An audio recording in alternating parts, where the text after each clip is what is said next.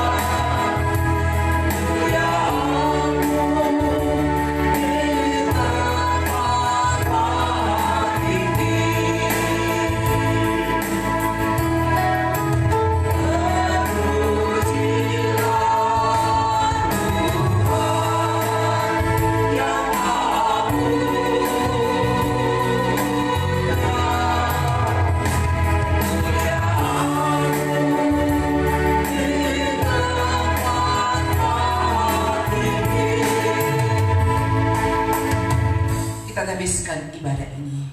Pertolongan kepada kita adalah di dalam nama Tuhan yang menjadikan langit dan bumi, yang kesetiaannya tidak pernah berkesudahan sampai selama-lamanya. Amin. Salam kasih karunia dari Tuhan Yesus Kristus bagi kita semua. Amin. Kita bersyukur betapa Tuhan itu sungguh baik. Ketika kita di dalam pergumulan, ketika kita kehilangan pengharapan, tetapi kalau ada sukacita, ada kekuatan, itu hanya karena Tuhan. Karena Dialah satu-satunya Tuhan Allah kita, sehingga kita bisa mengatakan, hanya Kau milikku di surga, Allah sumber kuatku. Mari kita nyanyikan pujian ini dengan penuh sukacita, bahwa tidak ada yang kita ingini di dunia ini selain Tuhan. Dunia boleh memberikan keindahan, kemudahan, kemewahan, menawarkan semua itu, tapi tanpa Tuhan semua itu sia-sia. Hanya Kau milikku di surga, hanya Kau milikku di surga.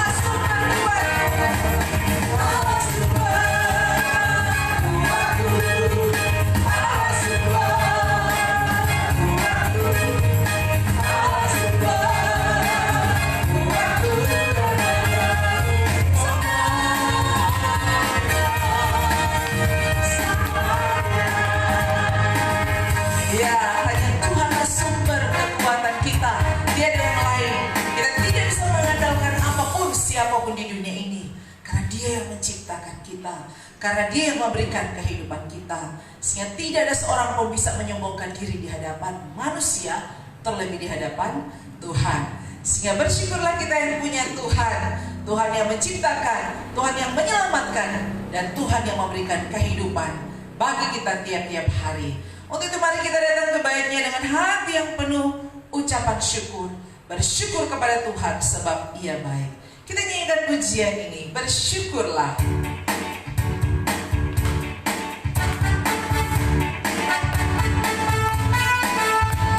Kita datang ke bait-Nya dengan hati yang penuh syukur.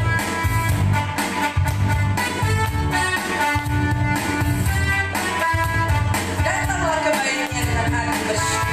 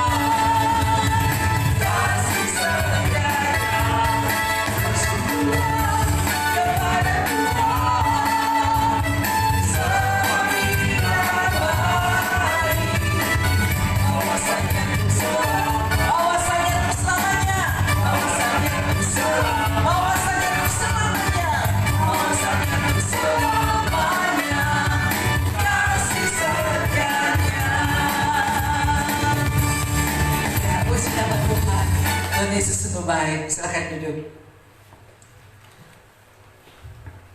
Kita aminkan itu terus.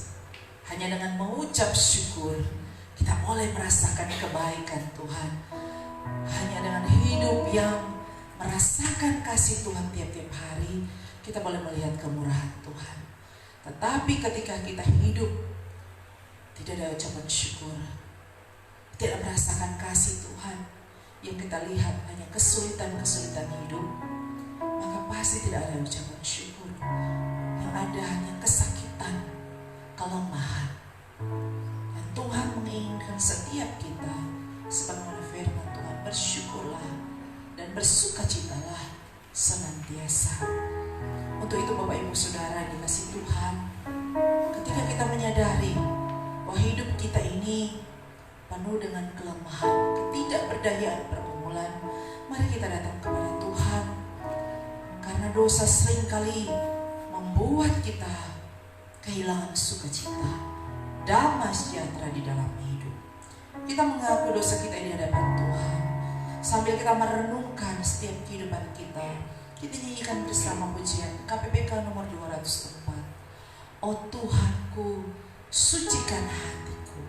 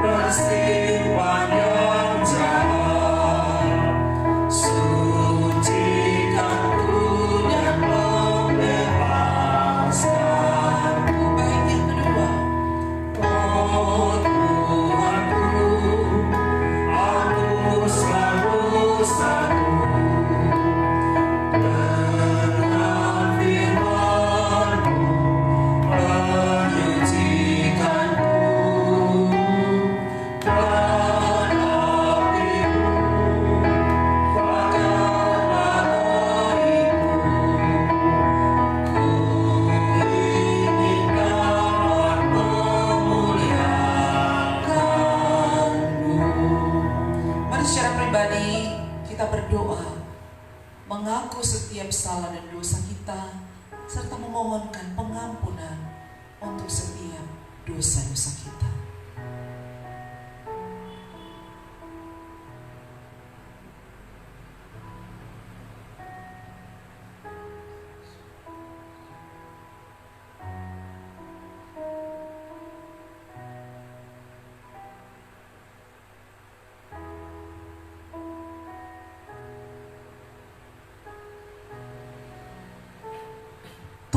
Inilah setiap pengakuan kami. Dengarkanlah setiap seru doa kami. Kasihani kami dan ampunilah kami. Di dalam nama Yesus Kristus kami memohon pengampunan untuk setiap salah dan dosa kami. Amin. Kita bersyukur karena kasih Tuhan, sehingga ada berita anugerah Allah yang sungguh luar biasa bagi kita semua di dalam kitab Yesaya pasal 53 ayat 4-5. Tetapi sesungguhnya penyakit kitalah yang ditanggungnya dan kesengsaraan kita yang dipikulnya. Padahal kita mengira dia kena tulah, dipukul dan ditindas Allah. Tetapi dia tertikam oleh karena pemberontakan kita, dia diremukkan oleh karena kejahatan kita. Ganjaran yang mendatangkan keselamatan bagi kita ditimpakan kepadanya, dan oleh bilur-bilurnya kita menjadi sembuh. Mari kita sambut dengan pujian KPPK nomor 62. Ku mau puji tentang rahmat-Mu. Kita nyanyikan 2 kali.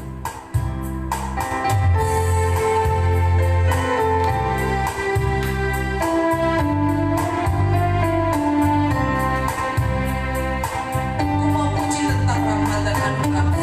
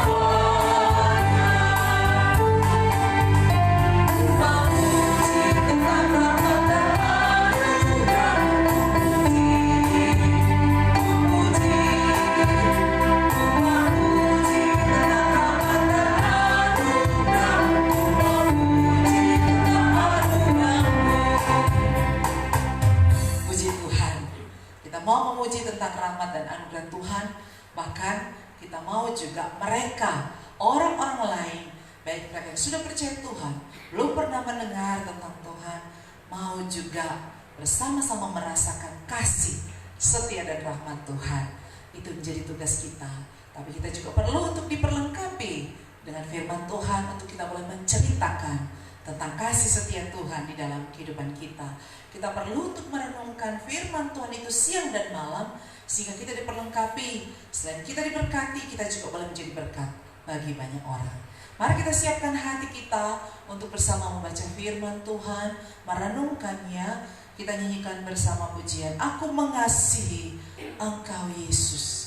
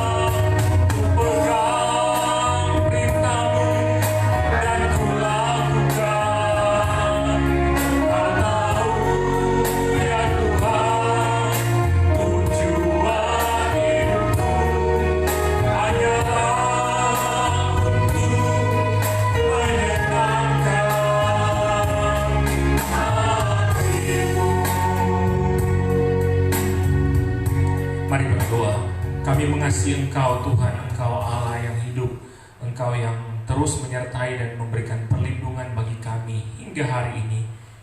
Kasih-Mu sungguh nyata dalam kehidupan kami. Kami memuji dan memuliakan nama Tuhan. Kami percaya Tuhan menyertai sehingga jalan-jalan hidup kami boleh lalui. Tapi kami terkadang salah arah Tuhan. Kami membutuhkan firman-Mu, kami membutuhkan penuntun dalam hidup kami. Kami percaya firman-Mu yang ditulis dalam Alkitab adalah penuntun bagi jalan-jalan hidup kami. Suara-Mu Tuhan tertulis dalam Alkitab yang menjadi bagian kami, bagaimana sesungguhnya kami harus hidup, kami harus berkenan kepadamu. Biarlah Tuhan memberkati kami. Saat ini kami akan belajar dari Alkitab, merenungkannya. Biarlah Tuhan menolong kami semua, kami yang mendengarkan, baik yang di sini maupun yang ada di rumah Tuhan. Biarlah Tuhan beri konsentrasi. Selaku saat di rumah Tuhan, biarlah Tuhan mereka boleh mengarahkan hati dan pikiran sungguh-sungguh.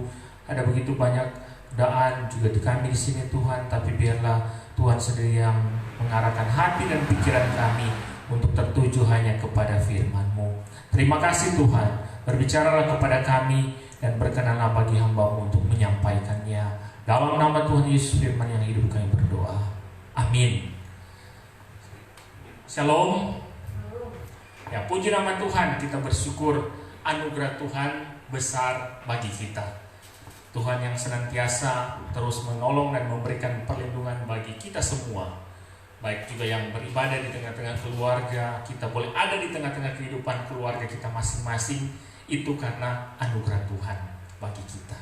Nah, Bapak Ibu Saudara yang dikasihi Tuhan Yesus Kristus, di sepanjang beberapa minggu ini dalam ibadah kita sudah belajar tentang visi dari Gereja Kristus Ramani Indonesia Agape Bitung. Yang 3 hal yang tolong belajar minggu kemarin, yaitu berpengharapan, berbelas kasih, dan memuliakan Allah. Itu kita punya kerinduan, kita semua masing-masing punya pengharapan. Kenapa punya pengharapan? Karena ada Kristus, sang sumber pengharapan yang menjadi bagian kehidupan kita. Sehingga apapun masalah hidup yang kita alami, kita tahu bahwa ada Kristus, ada Yesus yang akan sanggup memberikan pengharapan dan jalan keluar bagi setiap masalah pergumulan kita. Karena Yesus menjadi bagian dan ada bersama-sama dengan kita. Dikala kita memiliki pengharapan, kita juga memperhatikan orang-orang di sekitar kita. Kita memiliki belas kasih, memperhatikan mereka yang membutuhkan, yang bergumul. Lewat apa? Lewat doa-doa kita, lewat sapaan kita, bahkan pemberian diri kita secara langsung untuk peduli dengan orang-orang yang ada di sekitar kita. Dan pada akhirnya kita sama-sama boleh memuliakan Allah. Tujuan utama hidup kita boleh diciptakan dan diciptakan kembali dalam Kristus, yaitu untuk memuliakan Allah. Gereja ini hadir dengan tujuan untuk boleh memuliakan Allah lewat pribadi-pribadi, lewat keluarga-keluarga yang mau ambil bagian dalam pelayanan di Gereja Kristus Ramani Indonesia Agape Bitung, agar Allah kita dipermuliakan. Banyak orang yang boleh datang kepada Tuhan Allah kita, memuji dan menyembahnya. Nah, saat ini kita akan belajar tentang misi dari gereja. Untuk mencapai visi, maka ada misi yang harus kita lakukan. Yang 7 misi yang akan kita lakukan yaitu doa, firman, penginjilan, pemuritan, pengembalaan, peduli, dan peribadatan. Nah, di saat ini kita akan belajar bagaimana gereja yang berdoa. Karena kita tahu yang paling utama dikala kita memulai sesuatu, kita letakkan dan serahkan itu kepada Tuhan. Untuk itu mari kita belajar dari kisah jemaat mula-mula yang membangun persekutuan, membangun gerejanya, diawali dengan mereka berdoa dengan sehati. Mari kita baca dalam Kisah Rasul 4 ayat 23 sampai ayat yang ke-31. Kisah para Rasul 4 ayat 23 hingga ayat 31. Bagian ini sudah sering kali kita baca, membahas tentang bagaimana gereja yang berdoa, berseru kepada Tuhan. Ayat 23 dari Kisah Rasul 4. Sesudah dilepaskan, pergilah Petrus dan Yohanes kepada teman-teman mereka. Lalu mereka menceritakan segala sesuatu yang dikatakan imam-imam kepala dan tua-tua kepala kepada mereka. Ketika teman-teman mereka mendengar hal itu, berserulah mereka bersama-sama kepada Allah, katanya, "Ya Tuhan, Engkaulah yang menjadikan langit dan bumi, laut dan segala isinya. Dan oleh Roh Kudus dengan perantaran hamba-Mu Daud Bapa kami, Engkau telah berfirman, mengapa rusuh bangsa-bangsa? Mengapa suku-suku bangsa mereka perkara yang sia-sia? Raja-raja dunia bersiap-siap untuk dan para pembesar berkumpul untuk melawan Tuhan dan yang diurapinya. Sebab sesungguhnya telah berkumpul di dalam kota ini Herodes dan Pontius Pilatus beserta bangsa-bangsa dan suku-suku bangsa Israel melawan Yesus, hamba-Mu yang kudus yang Engkau urapi, untuk melaksanakan segala sesuatu yang telah Engkau tentukan dari semula oleh kuasa dan kehendak-Mu.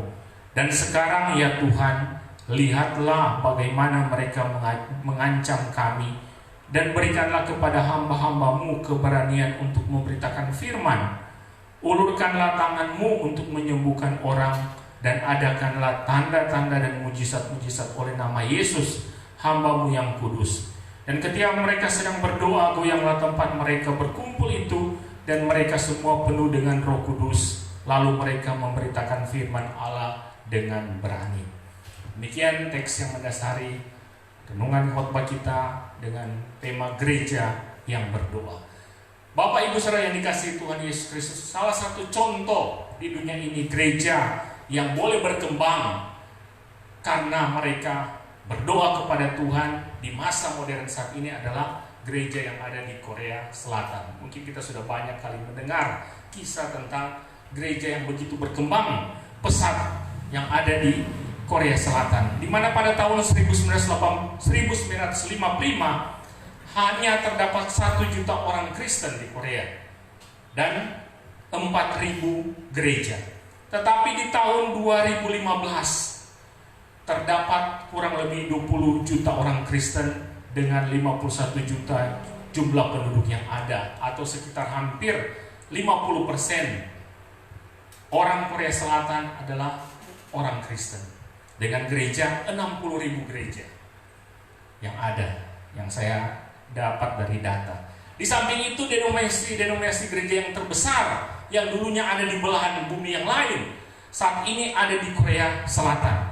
Misalnya denominasi gereja Scotland, di mana Scotland ini adalah tempat kelahiran denominasi Presbyterian. Sekarang gereja Presbyterian yang terbesar ada di Korea. Kemudian Methodist lahir di Inggris, sekarang gereja Methodist terbesar ada di Korea. Apa kunci mereka sehingga begitu cepat mengalami perkembangan? Yaitu mereka berdoa. Ya, yang lalu pas juga waktu kami weekend di kuliah di I3, kami melayani di gereja yang dirintis oleh orang Korea, pendeta Korea, dan akhirnya jadi GKRI juga. Ya memang yang lebih dari mereka yang mereka bangun, sebelum ibadah mereka 15 menit sudah datang, sudah duduk manis dan berdoa. Nah ini beda dengan torang. Torang ini 15 menit sebelum ibadah, torang baca cerita dulu. Tapi mereka duduk manis, baca Alkitab, dan berdoa datang kepada Tuhan. Nah ini mungkin bisa orang praktekkan di hari-hari ke depan. Dikala orang datang ke ibadah, orang duduk mungkin tak usah 15 menit, 10 menit. Sebelum itu orang berdoa banyak hal bagi pertumbuhan gereja GKRI dan gereja-gereja lain di Sulawesi Utara, di Bitung ini agar boleh bertumbuh karena berdoa. Salah satu contoh gereja juga yang berkembang begitu pesat yaitu gereja yang bernama Myungsung Church. Ini dirintis oleh seorang pendeta yang bernama pendeta Kim Sam-wan pada tanggal 6 Juli 1980 di suatu ruko dengan 20 orang jemaat. Mirip. Tapi apakah yang ke depan juga akan menjadi mirip ini? Tuh lihat kisahnya. 3 tahun kemudian sudah mulai membantu gereja-gereja di pedesaan. Dalam arti mensupport dana bagi hamba Tuhan, mensupport secara kerohanian, itu 3 tahun ya. Kalau tahun 2021, 2023 orang boleh support. Mau gereja apa, yang penting Yesus yang diberitakan, coba orang mulai support. Walaupun mungkin orang ini ada banyak-banyak berkat yang ada, tapi coba orang mulai. Kemudian 5 tahun kemudian, ya ini salah satu misi kita. 5 tahun kemudian telah mengutus pertama kali seorang misionaris ke luar negeri. Berarti tahun 2026 orang ini mesti mengutus satu orang misionaris ke luar negeri. Kemudian 30 tahun kemudian, tahun 2012 mengutus 61 misionaris ke luar negeri dengan full time support, dalam arti keluarga semua disupport oleh gereja ini. Ya memang ada satu lembaga misi yang dirintis di Indonesia namanya Global Partners. Itu memang mengutus misionaris. Gereja-gereja lokal menyiapkan dana dan mereka yang membekali para misionaris ini untuk diutus ke negara-negara tertentu. Yang mungkin kita utus ke Eropa atau ke Amerika karena biaya hidup tinggi, tapi mungkin di dunia-dunia ketiga. Misalnya tetangga-tetangga kita yang katanya satu orang misionaris dengan 5 juta sudah bisa hidup selama sebulan. Mungkin kita tidak bisa mempersiapkan mereka, membekali mereka dengan hal, tapi kita bisa kerjasama dengan lembaga-lembaga misi yang lain. Kita yang bisa kita lakukan yaitu doa dan dana kita, dan Tuhan siapkan orang. Kalau Tuhan berkenan, given mungkin satu waktu ke depan bisa jadi misionaris untuk menjangkau banyak bangsa-bangsa. Atau siapa saja yang ada di rumah bisa kita utus kelak. Kemudian pada akhirnya hingga saat ini merintis 24 gereja baru. Nah, ini juga kerinduan kita. Ya kan? Kelak ada gereja-gereja lokal juga yang boleh bertumbuh lewat pelayanan gereja ini. Kalau Tuhan berkenan gereja ini jadi besar, ya tolong siapkan. Mungkin di tempat-tempat lain. Di Minut sana ada GKI atau Pos PI Tora. Nggak usah di Minut, di Sagrat sana nantilah. Dan tempat-tempat lain. Siap-siap kalau ada yang mungkin akhirnya Tuhan panggil untuk full time, ya orang taruh di situ. Orang support, nggak usah bersaing. Silakan kalau ada yang bisa mandiri, silakan mandiri. Yang penting Tuhan Yesus yang diberitakan. Nah, seorang penatua dari gereja ini mengatakan, orang Kristen tak dapat hidup tanpa iman dan doa sekalipun hanya sekejap. Saya yakin doa adalah berkat Tuhan bagi kami. Karena apa? Gereja ini membangun mesbah doa. Apa kata orang ini bisa? 5 kali sehari. Setiap hari pintu gereja terbuka untuk orang datang berdoa. 4:30, 5:30, jam 6:50, jam 8, jam 10. Sehingga saya berpikir supaya tidak bukan cuma sekedar kata-kata. Ya kan, orang boleh memulai dengan berdoa. Merelesaikan berdoa untuk boleh membuka pintu agar orang boleh datang berdoa di tempat ini. Nah, saudaraku yang dikasihi Tuhan, diakui bahwa gereja Yungsong ini boleh ada hingga saat ini kurang lebih 120.000 jiwa anggota jemaat karena doa dan komitmen terhadap kebenaran yang disampaikan oleh Kristus. Karena berlutut berdoa dan gereja tetap menyampaikan hal yang benar. Coba bayangkan kalau 120.000 orang anggota jemaat. Tapi itu dengan butuh perjuangan, berlutut di hadapan Tuhan, dan kebenaran tetap dinyatakan. Dan sesungguhnya gereja mula-mula juga sudah diawali dengan mereka berdoa. Dan sangat pesat perkembangannya kalau kita baca dalam Kisah 1 ayat 15, 120 orang, 3.000 orang pada Kisah 2 ayat 41, dan 5.000 orang Kisah 4 ayat 4. Dan mereka terus berdoa dan berdoa dan berdoa. Sehingga kalau kita baca Kisah Rasul 1 ayat 14, di situ dikatakan mereka semua bertekun dengan sehati dalam doa bersama-sama. Bertekun dengan sehati. Dan itu juga yang kita baca kalau kita lihat di ayat 42 dari pasal 2, di situ dikatakan mereka bertekun dalam pengajaran rasul-rasul dan dalam persekutuan. Dalam doa ada ketekunan, tetapi juga tekun untuk boleh belajar tentang kebenaran firman Tuhan. Ayat yang sama yang kita baca di ayat 24. Ayat 24 bagian yang kita baca di situ dikatakan, ketika teman-teman mereka mendengar hal itu, berserulah mereka bersama-sama kepada Allah. Ayat 24 yang kita baca, berserulah mereka bersama-sama kepada Allah. Ini berarti bahwa mereka berdoa. Walaupun ada begitu banyak tantangan, ada begitu banyak rintangan, tapi mereka tidak mulai dengan keluhan-keluhan akan tantangan dan rintangan yang dihadapi. Tapi mereka di sini ditulis mereka berkumpul bersama-sama dan berdoa. Kalau kita baca ayat-ayat sebelumnya diceritakan tentang Yohanes dan Petrus yang dihadapkan ke mahkamah agama. Tapi dengan kuasa Tuhan mereka bisa keluar dari pergumulan yang dihadapi dan mereka bertemu dengan jemaat. Dan mendengar cerita pergumulan yang dihadapi, mereka langsung berdoa kepada Tuhan.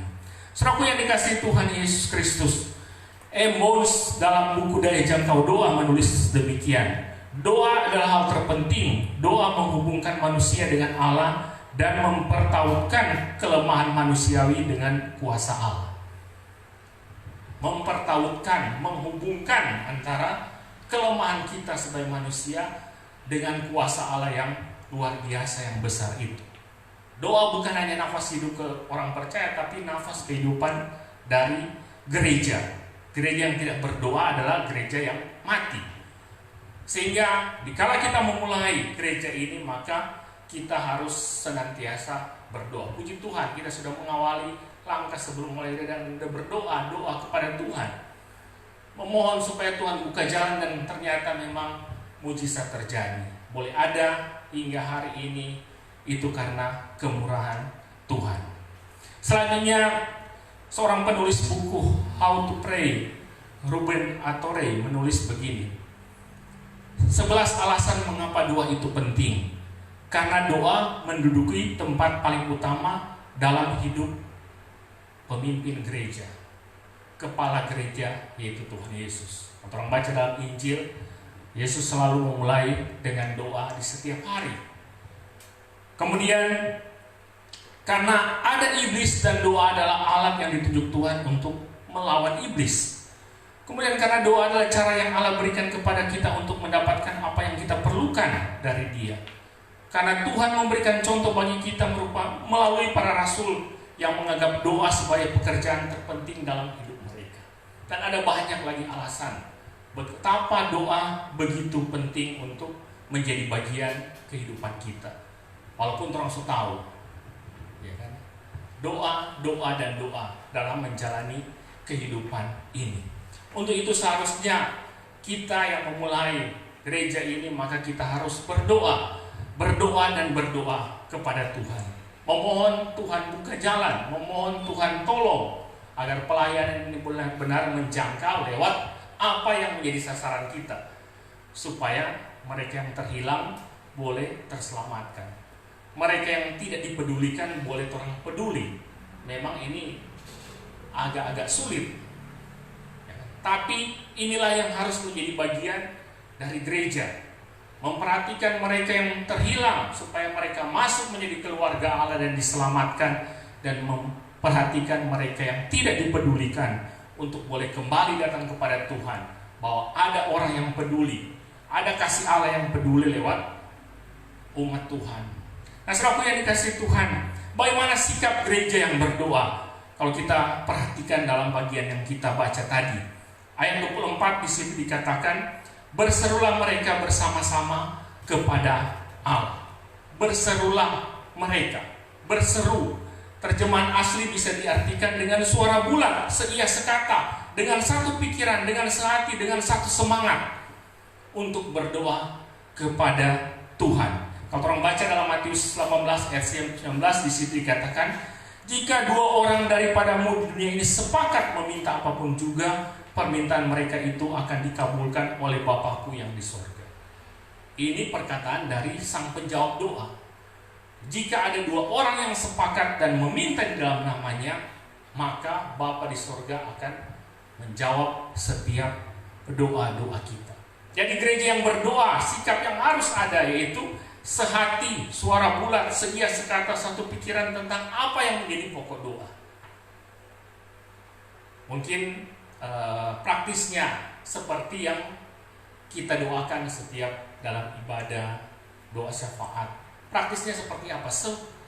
Sementara sang pemimpin berdoa, maka kita bisa menyampaikan doa-doa kita sesuai dengan apa yang disampaikan oleh pemimpin doa. Dalam bentuk kita mengikuti perkataan mereka walaupun nggak usah keluar suara. Ya. Atau bisa juga kalau diajak untuk mari kita berseru bersama-sama atas satu pokok doa ini. Mari kita berseru berdoa bersama-sama. Tapi kalau kita tidak mengeluarkan suara, mari kita aminkan apa yang didoakan. Ini mau menunjukkan apa? Bahwa kita sepakat dengan apa yang menjadi pokok doa yang disampaikan. Kita sama-sama setuju bahwa itulah yang dimohonkan oleh gereja. Kita sama-sama punya suara bulat bahwa itulah yang kita minta kepada Tuhan, akan kerinduan supaya Tuhan menggenapi.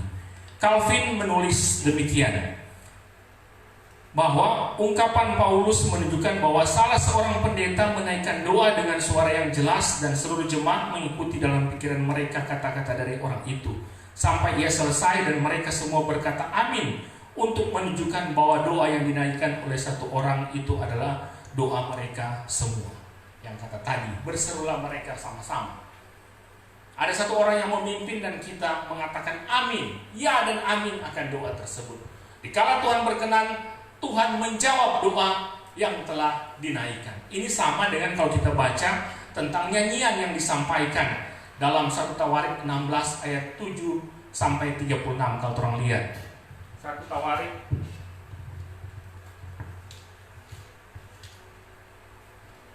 Tawarik 16 ayat 7. Ini tentang nyanyian puji-pujian Daud. Ayat 7 di situ dikatakan, kemudian pada hari itu juga maka Daud untuk pertama kali menyuruh Asaf dan saudara-saudaranya sekuatnya menyanyikan syukur bagi Tuhan. Dan kemudian ayat 36 bagian akhir, di situ jemaat mengatakan, umat mengatakan, amin, puji Tuhan. Jadi supaya kita sehati dalam berdoa, di saat pemimpin doa menyampaikan doa-doa dan kita berdoa bersama-sama, maka kita mengatakan amin, puji Tuhan. Amin, ya sungguh-sungguh pasti Tuhan memberikan jawaban atas doa-doa kita. Hingga dalam doa ayat 24 ini menunjukkan kesatuan gereja dari abad pertama, gereja mula-mula yang sehati berdoa bersama-sama sebagai sikap yang mereka tunjukkan memohon belas kasih Tuhan di hadapan Tuhan. Sehingga sebagai gereja sangat penting persekutuan doa, kita berdoa bersama-sama. Kemudian sikap gereja yang berdoa selanjutnya kita perhatikan ayat 29 hingga ayat 30. Ayat 29 ditulis demikian. Dan sekarang ya Tuhan, lihatlah bagaimana mereka mengancam kami dan berikanlah kepada hamba-hambamu keberanian untuk memberitakan firman-Mu. Ulurkanlah tangan-Mu untuk menyembuhkan orang dan adakanlah tanda-tanda mujizat oleh nama Yesus hamba-Mu yang kudus. Kalau kita perhatikan dalam doa di ayat ini, yaitu mereka tidak meminta supaya bebas dari pergumulan yang sementara dihadapi. Problem yang sementara dihadapi yaitu mereka dikejar-kejar oleh orang-orang yang menentang jalan Tuhan pada waktu itu. Bahkan mereka tidak meminta perlindungan dari Tuhan terhadap ancaman yang terjadi. Tetapi yang mereka minta di sini kalau kita lihat ayat 29, keberanian untuk memberitakan firman. Mereka hanya mengatakan dengan ancaman, dan sekarang ya Tuhan, lihatlah bagaimana mereka mengancam kami. Tapi di sini dikatakan apa yang mereka minta, berikanlah kepada hamba-hambamu keberanian untuk memberitakan firman-Mu.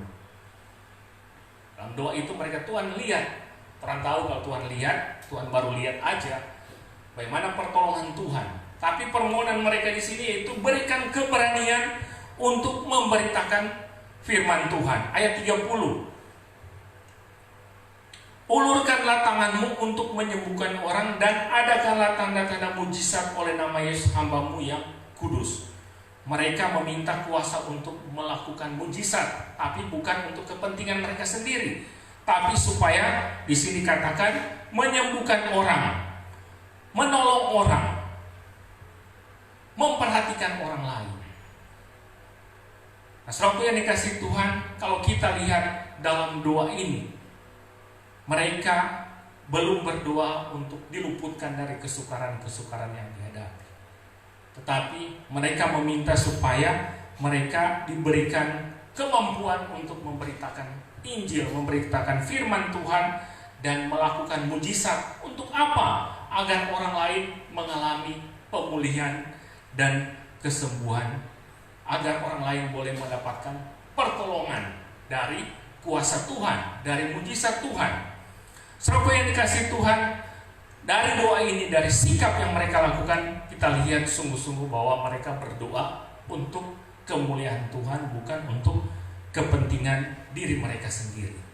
Karena ada banyak orang, mungkin juga kita, mungkin juga saya, berdoa hanya untuk kepentingan saya sendiri, kepentingan kita sendiri. Tapi kita lupa berdoa supaya minta Tuhan memberikan keberanian, boleh menyampaikan kebenaran, menyampaikan firman Tuhan.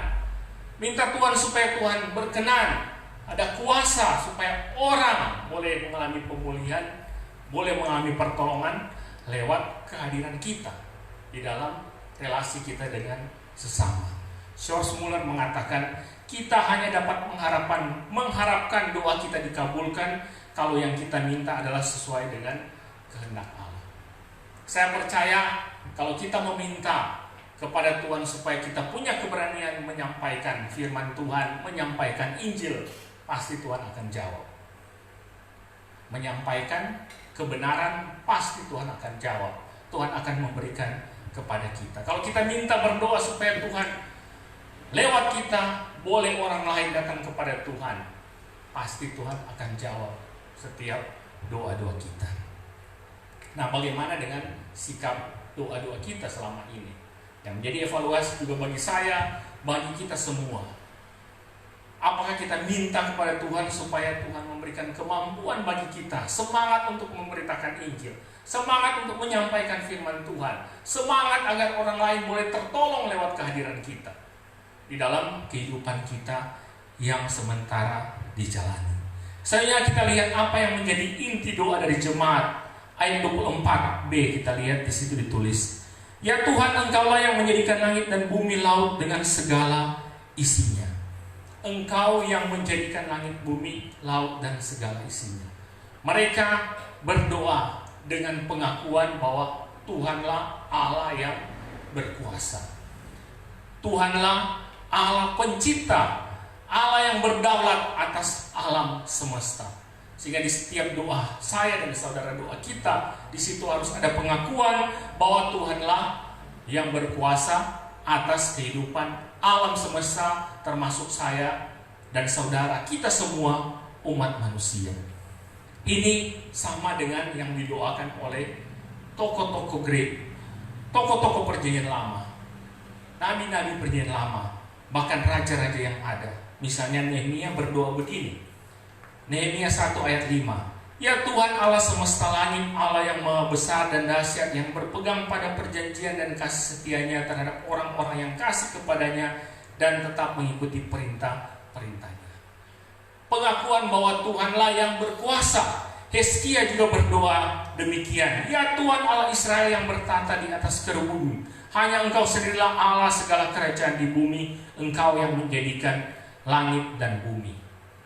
Doa mereka adalah pengakuan bahwa Allah yang berkuasa atas alam semesta, Allah yang berkuasa atas manusia ciptaannya, Allah yang berkuasa atas kehidupan kita.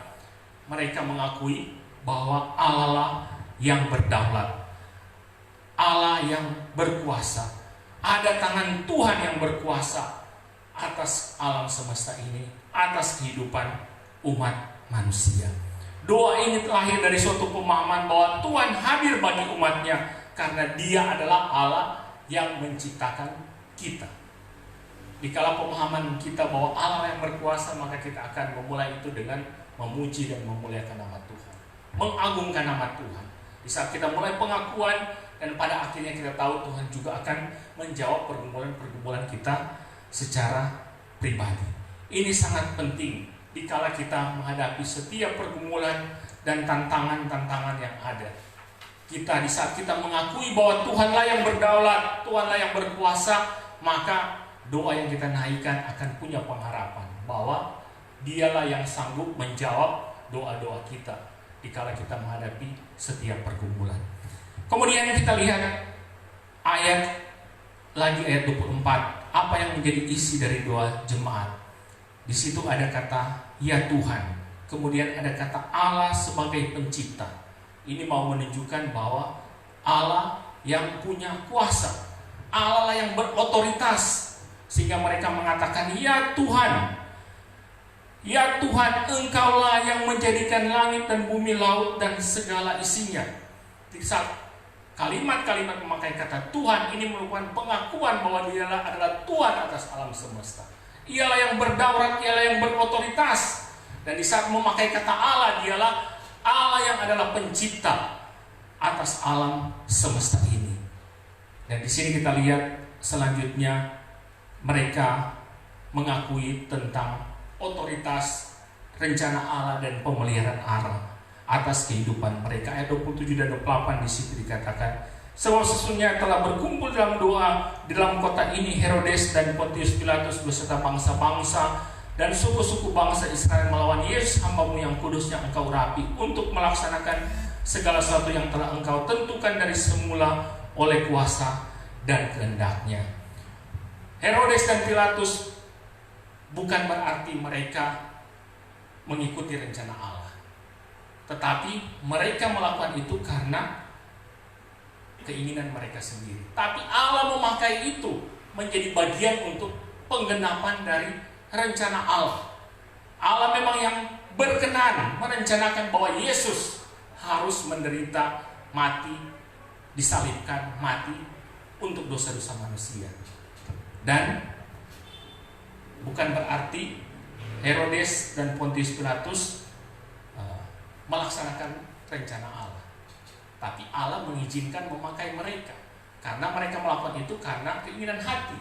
Mereka berbuat dosa, tapi lewat itu semua Allah memakai sebagai bagian dari rencana Tuhan. Kalau merenungkan apa yang terjadi dalam kehidupan kita, terkadang mungkin kita tidak bisa menerima dengan hal-hal yang ada. Tapi ternyata setelah bisa melewati semua itu, walaupun mungkin ada orang-orang yang menyakiti kita, ada orang-orang yang berbuat kecewa kepada kita, tapi semua Tuhan mengizinkan sebagai bagian dari rencana Allah. Bagi Allah memakai mereka untuk penggenapan rencana Tuhan. Tapi bagi mereka juga melakukan itu karena mereka berbuat dosa di hadapan Tuhan. Dan tentunya akibat akan ditanggung oleh masing-masing. Nah, saudaraku yang dikasihi Tuhan, ini sangat perlu bahwa kita menyadari bahwa setiap apa yang terjadi di dalam kehidupan ini adalah bagian dari proses rencana Allah di dalam kehidupan kita. Tapi bukan berarti orang yang menyebabkan sehingga ini terjadi, bukan berarti mereka melakukan itu karena mereka mau mengikuti rencana Allah. Mereka melakukan itu karena mereka berbuat dosa. Tapi akhirnya itu semua terjadi dalam bagian dari rencana Allah, dan itu untuk penggenapan apa yang diinginkan oleh Tuhan supaya terjadi. Dan saya dan saudara kita semua boleh belajar dengan apa yang boleh terjadi dalam proses-proses kehidupan kita. Sehingga ayat yang terkenal Roma 8 ayat 28, Allah turut bekerja dalam segala sesuatu untuk mendatangkan kebaikan. Allah bekerja dalam segala sesuatu. Tapi orang-orang yang menyebabkan sesuatu itu terjadi yang tidak benar, itulah menjadi bagian mereka. Tetapi kita boleh menikmati rencana Allah yang kekal, walaupun mungkin itu kelihatan tidak baik, menyulitkan kita, tetapi Allah punya rencana yang kekal karena Tuhan bekerja dalam segala hal untuk mendatangkan kebaikan bagi kita. Itu juga yang terjadi di tengah jemaat mula-mula. Kalau kita perhatikan, ada penderitaan, ada pergumulan, ada orang-orang yang menyebabkan itu. Tapi bagian rencana Allah yang besar agar umat Tuhan, murid-murid pada waktu itu bisa tersebar ke seluruh dunia. Coba mereka nyaman aja di Yerusalem. Tidak ada tantangan, tidak ada pergumulan. Mereka nyaman tinggal di Yerusalem, melayani di Yerusalem, tinggal di situ, dan tidak ada tantangan pergumulan. Mungkin mereka tidak menyebar ke daerah-daerah yang lain. Tapi di saat ada tantangan, ada pergumulan yang harus terjadi, dan Allah berkarya di atas itu, akhirnya hingga kita yang jauh dari daerah Yerusalem boleh mengenal Tuhan. Karena ada orang-orang yang pergi ke tempat-tempat jauh. Nah, saudara yang dikasihi Tuhan, sehingga di ayat yang 25 bagian akhir di situ ada kata sia-sia. Ini mau menunjukkan pengakuan bahwa apa yang direncanakan oleh Tuhan tidak akan pernah sia-sia. Rencana manusia bisa sia-sia. Di sini mereka mereka-reka perkara yang sia-sia. Tapi bagi Tuhan, seolah-olah walaupun kelihatan itu tidak berarti bagi kita. Kalau itu sudah masuk dalam konteks bahwa Tuhan mengizinkan itu terjadi, maka pasti tidak akan sia-sia, tidak akan percuma di dalam kehidupan orang percaya. Menghadapi pergumulan-pergumulan hidup, menghadapi tantangan-tantangan hidup, mengalami kesulitan-kesulitan, mungkin bagi kita ini sia-sia yang terjadi. Tapi kalau itu sudah masuk dalam bagian Allah mengizinkan itu terjadi, maka pasti ada hal yang baik yang menjadi bagian kita. Kemudian apa inti dan doa dari jemaat? Ayat 25 dan 26. Ayat 25 dan 26 di sini dikatakan, dan oleh Roh Kudus dengan perantaran hamba-Mu Daud Bapa kami, Engkau telah berfirman, mengapa rusuh bangsa-bangsa, mengapa suku-suku bangsa mereka-reka perkara yang sia-sia? Raja-raja dunia bersiap-siap dan para pembesar berkumpul untuk melawan Tuhan yang diurapinya. Kalau orang baca Mazmur 2 ayat 1 sampai 2, ini bagian yang dikutip dari Mazmur 2 ayat 1 sampai 2. Sehingga penting juga bagi saya dan saudara, di saat kita berdoa, kita mengingat apa yang dijanjikan oleh Tuhan, mengingat apa yang disampaikan oleh firman Tuhan, sehingga di saat kita berdoa, kita boleh kuat bahwa pasti itu Tuhan akan menjawab. Mereka jemaat mula-mula mengingat bagian Mazmur 2 ayat 1 sampai 2 tentang apa yang disampaikan oleh bagian ini. Kita juga dalam doa-doa kita supaya kita sungguh-sungguh boleh tetap tekun berdoa, kita mengingat firman Tuhan. Firman Tuhan yang menjanjikan bahwa Tuhan akan sanggup memberikan kemenangan bagi kita. Saudara yang dikasihi Tuhan, kita berdoa kepada Tuhan, kita berseru kepada Tuhan, dan Tuhan pasti menjawab doa-doa kita. Yang sering kali kita dengarkan, ya tidak tunggu. Memang orang semua berharap semua ya. Apa yang kita minta adalah itu yang Tuhan inginkan, itu yang terjadi, yang Tuhan jawab. Tapi tidak semua tidak bisa tunggu.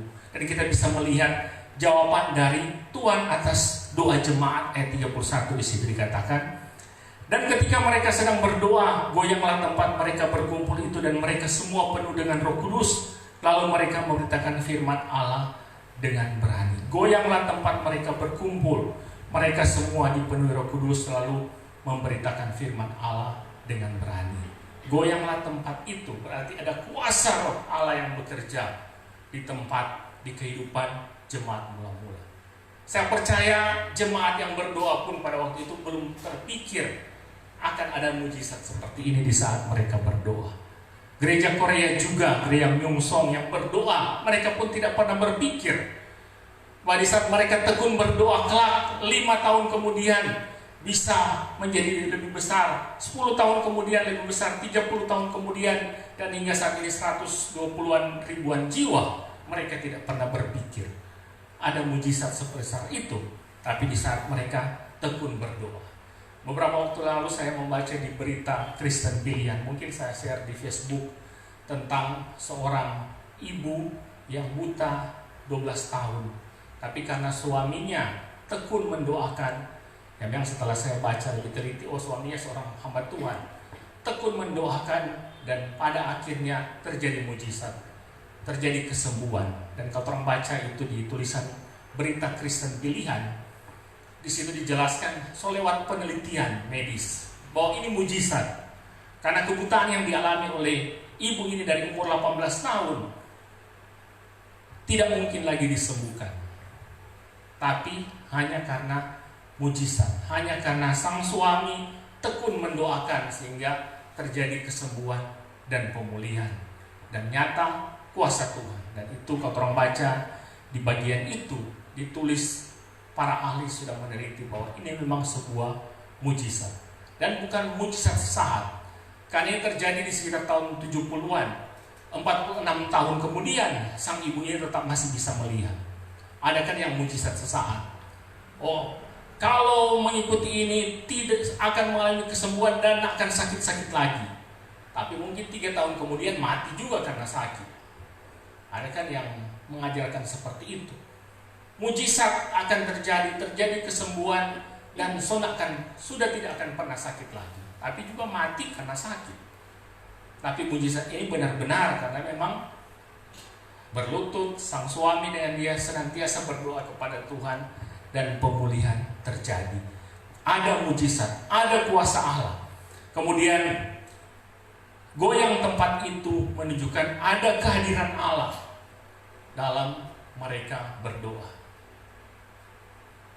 Ya, orang kita dalam persekutuan ini ya tidak usah mau percaya kalau tempat ini bergoyang. Kita meyakini aja di saat kita menaikkan doa dengan sungguh-sungguh, maka Tuhan bisa menjawab doa kita. Hadir tempat ini aja suatu hal yang mujizat yang saya percayai. Ya kan, hanya beberapa bulan. Begitu cepat Tuhan buat dan menjawab doa-doa kita, sehingga tempat ini boleh ada dan kita bisa beribadah. Kita percaya ada mujizat. Kemudian di sini jawaban dari doa, mereka semua penuh dengan Roh Kudus. Mereka mengalami karya Roh Kudus. Kita percaya minggu lalu kita sudah tahu lewat peristiwa Pentakosta. Roh Kudus telah dicurahkan. Dan kita juga meyakini Alkitab menulis bahwa kita yang percaya bahwa Yesus adalah Tuhan, Roh Kudus ada di hati kita. Tinggal apakah kita benar-benar mengizinkan Roh Kudus berkarya di dalam kehidupan kita, menuntun kita. Kemudian yang penting juga di sini kan, mereka memberitakan firman Allah dengan berani. Firman Allah disampaikan dengan berani. Ini juga lewat kita sungguh-sungguh berdoa, berseru kepada Tuhan. Kita semua, bukan hanya kami sebagai pelayan-pelayan Tuhan, tapi Bapak Ibu Jemaat juga harus punya keberanian menyampaikan kebenaran, menyampaikan firman Tuhan, agar orang lain boleh datang kepada kita. Nah, saudaraku yang dikasihi Tuhan, Tuhan pasti akan menjawab kita. Tuhan pasti akan menjawab setiap kerinduan kita. Kalau kita datang berseru kepada Tuhan, kita mengakui bahwa Dialah penguasa alam semesta. Kita meminta supaya kita punya keberanian untuk menyampaikan firman Tuhan. Kita meminta supaya kita bisa menjangkau banyak orang. Saya percaya Tuhan menjawab doa-doa kita. Kembali lagi ke kesaksian gereja Korea tadi.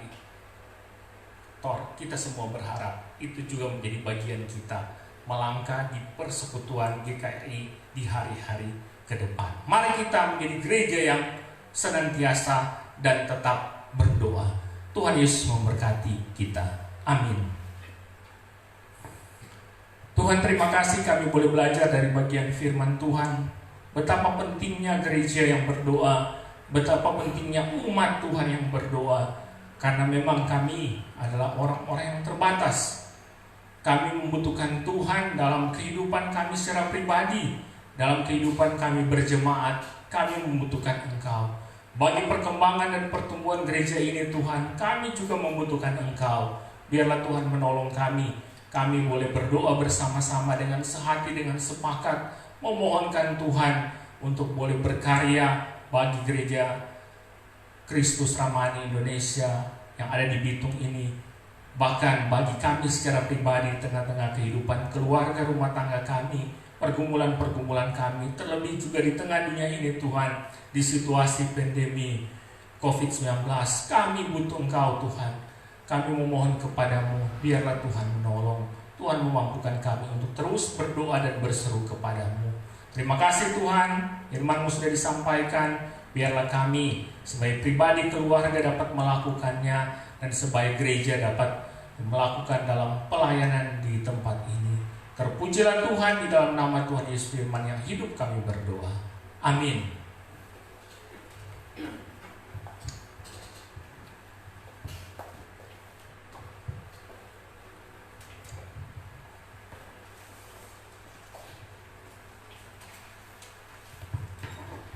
Bapak Ibu Saudara dikasih Tuhan, marilah kita bersama sebagai umat yang percaya di segala bangsa, kita bersama-sama mengikrarkan pengakuan iman kita di hadapan Tuhan. Saya jemput kita semua berdiri, baik yang ada di rumah juga. Mari kita sama-sama berdiri dan kita mengaku iman kita dengan pengakuan iman rasuli. Demikian. Aku percaya kepada Allah, Bapa yang Maha Kuasa, Khalik langit dan bumi, dan kepada Yesus Kristus, Anak yang tunggal Tuhan kita, yang dikandung daripada Roh Kudus, lahir dari Dharma, yang menderita sengsara di bawah pemerintahan Pontius Pilatus, disalibkan, mati dan dikuburkan, turun ke dalam kerajaan maut. Pada hari ketiga bangkit pula dari antara orang mati, naik ke sorga, duduk di sebelah kanan Allah, Bapa yang Maha Kuasa, dan dari sana Ia akan datang untuk menghakimi orang yang hidup dan yang mati. Aku percaya kepada Roh Kudus, gereja yang kudus dan am, persekutuan orang kudus, pengampunan dosa, kebangkitan tubuh dan hidup yang kekal. Amin. Silakan duduk. Dengan penuh ucapan syukur dan sukacita, mari kita siapkan persembahan kita. Kita akan memberikan persembahan saat ini dengan kita bersama menyanyikan pujian Jangan Kamu Khawatir.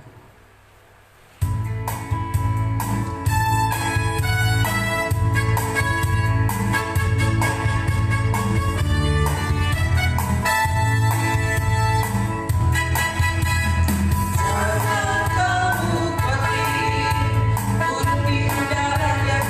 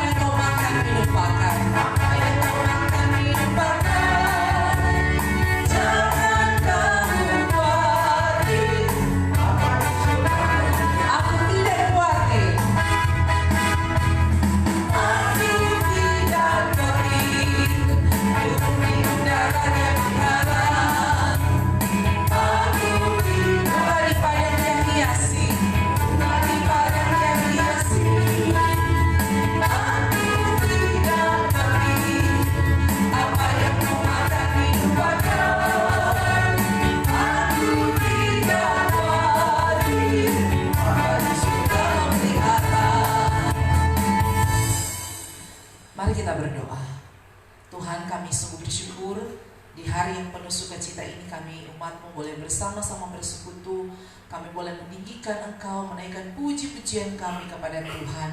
Bahkan terlebih kami bersyukur, kami boleh terus Tuhan beri kesempatan untuk boleh bersama membaca Alkitab. Diingatkan lewat Tuhan perenungan khotbah, bagaimana gereja yang berdoa, kami juga yang berdoa, karena doa adalah dasar di dalam kami membangun kehidupan, terlebih bergereja berjemaat. Tuhan mampukan kami semua untuk menjadi pelaku firman yang sungguh-sungguh tetap setia berdoa dengan sungguh-sungguh dalam ketulusan kepada Tuhan. Bukan saat kami membutuhkan, tapi tiap-tiap waktu doa seperti menjadi nafas kehidupan kami. Mampukan kami umat-Mu, terlebih saat kami memulai Tuhan membangun gereja-Mu ini, untuk kami setia berdoa. Terima kasih untuk hamba firman-Mu saat ini, Evangelis Warongan. Tuhan terus memberkati di dalam kehidupan pribadi, bahkan keluarga, bahkan di tengah-tengah pelayanan yang ada.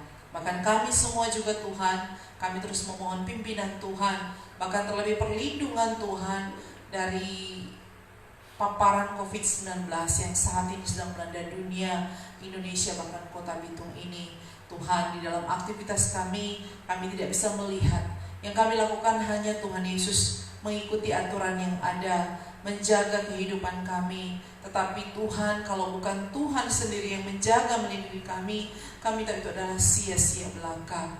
Untuk itu, biar belas kasihan Tuhan terus menaungi kehidupan kami, perlindungan-Mu terus ada bagi kami, pribadi, keluarga, bahkan jemaat Gereja Kristus Rahmani Indonesia.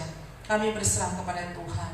Bahkan di tengah-tengah pergumulan kehidupan, yang bergumul dengan usaha pekerjaan yang semakin menurun, yang bergumul dengan pencarian akan pekerjaan, Tuhan tolong. Yang bergumul dengan kehidupan, Tuhan kiranya berbelas kasihan, sehingga walaupun di tengah pergumulan itu, hati kami tetap tertuju kepada Tuhan dengan pengharapan yang sungguh-sungguh bahwa Tuhan tidak membiarkan kami, Tuhan tidak pernah meninggalkan kami. Yang bergumul dengan sakit penyakit, Tuhan kiranya berbelas kasihan, supaya beroleh pemulihan, kesembuhan daripada Tuhan. Tuhan kiranya menolong dan mengasihani kami semua. Bahkan yang bersyukur Tuhan, karena usaha pekerjaan yang terus boleh Tuhan semakin berkembang. Terima kasih yang bersyukur dengan usia yang boleh bertambah. Kami sungguh berterima kasih Tuhan. Bahkan banyak berkat Tuhan. Ketika kami melihat Tuhan, kasih Tuhan itu berkat yang lebih daripada Tuhan pergumulan-pergumulan yang kami hadapi. Untuk itu terus Tuhan tuntun kami semua untuk boleh semakin bertumbuh di dalam iman, percaya kepada Tuhan, lewat tetap tekun Tuhan beribadah, berdoa, membaca Alkitab Tuhan, bahkan sebagai satu persekutuan yang boleh saling menguatkan satu dengan yang lainnya. Berdoa juga untuk bangsa ini Tuhan, di tengah-tengah Tuhan situasi yang sangat sulit lewat pandemi COVID-19 ini. Berkati para pemimpin bangsa kami, Presiden Jokowi Tuhan, sampai juga ke jajaran yang ada di daerah. Engkau boleh dengan hikmat-Mu menuntun Tuhan untuk memberikan kebijakan-kebijakan yang terbaik. Bahkan terutama kami berdoa untuk para tenaga kesehatan, dokter, perawat, setiap pekerja yang ada di rumah sakit, puskesmas, atau di mana fasilitas kesehatan yang ada. Tuhan kasihani mereka di tengah perjuangan pemberian diri, pelayanan yang luar biasa Tuhan, dengan air mata, keringat Tuhan Yesus, tubuh yang lelah. Biar Tuhan mampukan mereka ketika janji mereka Tuhan di hadapan Tuhan, di hadapan manusia untuk memberikan yang terbaik.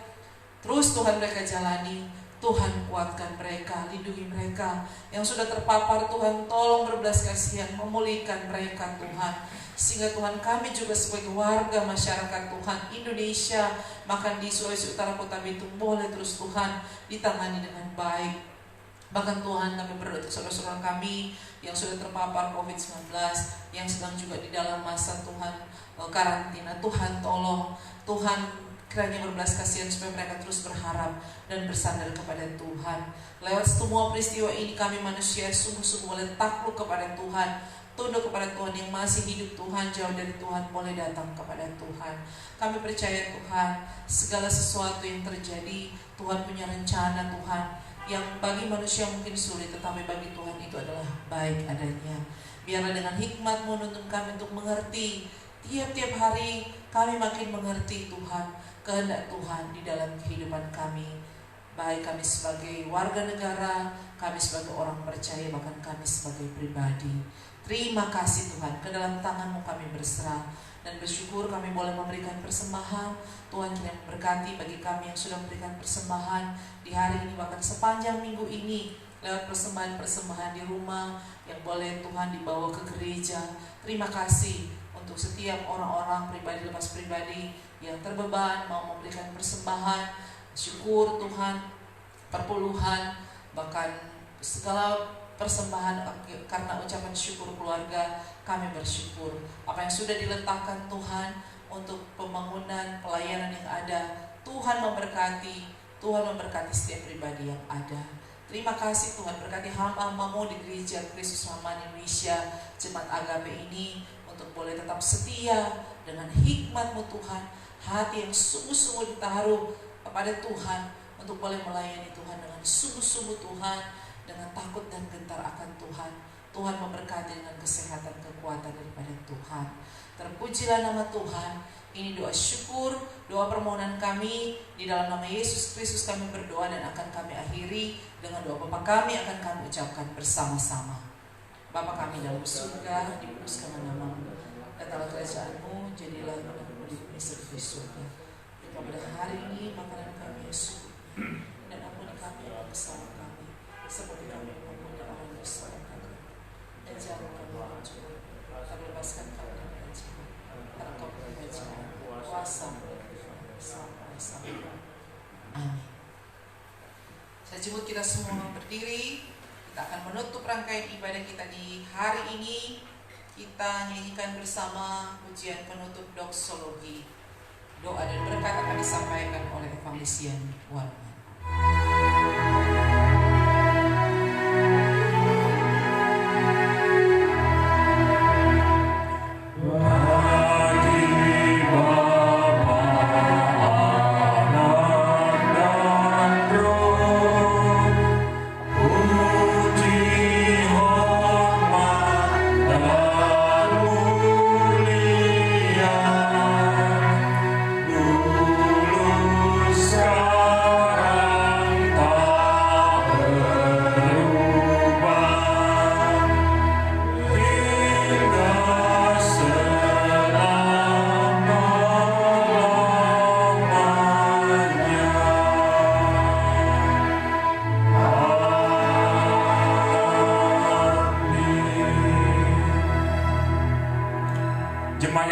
Tuhan, mari arahkan hatimu pada Tuhan.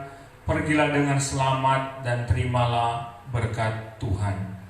Tuhan memberkati dan melindungi saudara-saudara. Tuhan menyinari dengan wajahnya dan memberi saudara-saudara kasih karunia. Tuhan menghadapkan wajahnya kepada saudara-saudara dan memberi saudara-saudara damai sejahtera sekarang ini sampai selama-lamanya. Amin.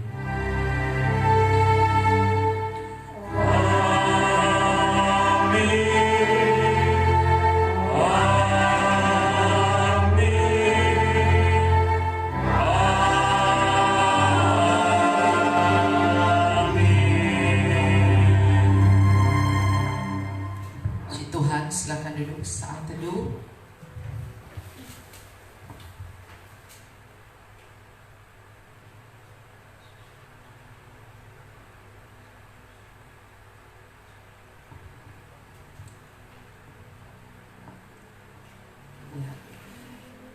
Puji Tuhan, ibadah kita boleh berjalan dengan baik di dalam kasih dan anugerah Tuhan. Terlebih bagi kita semua juga yang ada di rumah yang boleh mengikuti dengan setia. Tuhan Yesus memberkati kita semua. Dan untuk warta jemaat nanti dilihat di grup WA yang ada secara jelas. Dan kalau ada hal-hal yang kurang atau tidak sesuai, terutama laporan keuangan yang ada yang mungkin tidak sesuai dengan apa yang diberikan, mohon dikonfirmasi langsung kepada hamba Tuhan atau pengurus yang ada. Dan biarlah kita semua tetap setia kepada Tuhan, walaupun kita di rumah, tetapi tetap punya semangat untuk cinta Tuhan dan tetap berdoa bagi Gereja Kristus Rahman Indonesia, Jemaat Agape. Tetap jaga kesehatan, tetap beraktivitas. Tuhan Yesus memberkati kita semua. Salam sejahtera.